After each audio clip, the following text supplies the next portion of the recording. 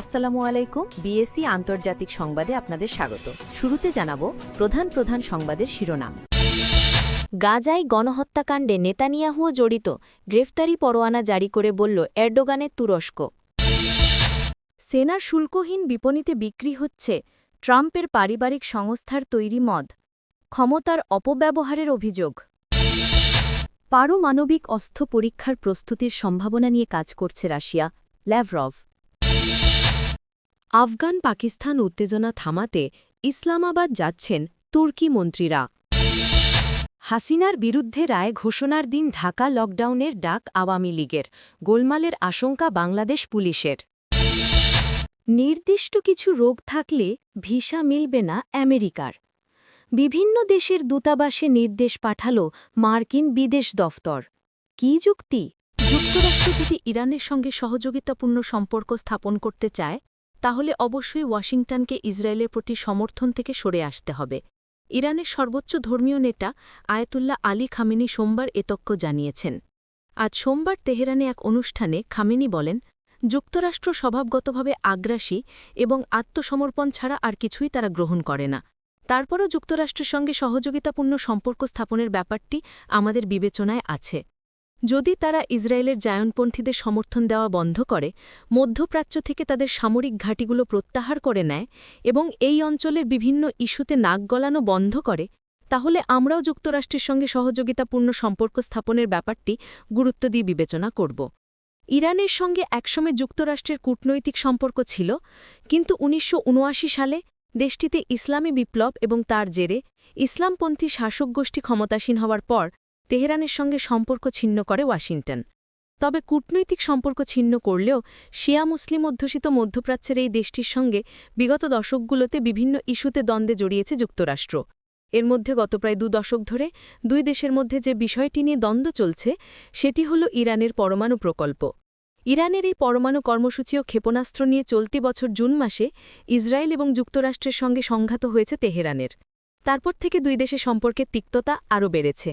মার্কিন গুপ্তচর সংস্থা সিআইএর নির্দেশেই বাংলাদেশের প্রধানমন্ত্রী পদ থেকে আওয়ামী লীগের নেত্রী শেখ হাসিনাকে উৎখাত করার ষড়যন্ত্র হয়েছিল, আর তাতে মুখ্য ভূমিকা নিয়েছিলেন বাংলাদেশের সেনাপ্রধান জেনারেল ওয়াকারুজ্জামান।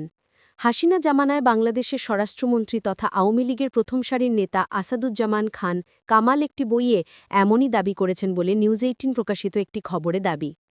এখনও আনুষ্ঠানিকভাবে সাংবাদিক শহীদুল হাসান খোকন, দীপ হালদার এবং জয়দীপ মজুমদারের লেখা ইনশাআল্লাহ Bangladesh, the story of an unfinished revolution শীর্ষক বইটি প্রকাশিত হয়নি।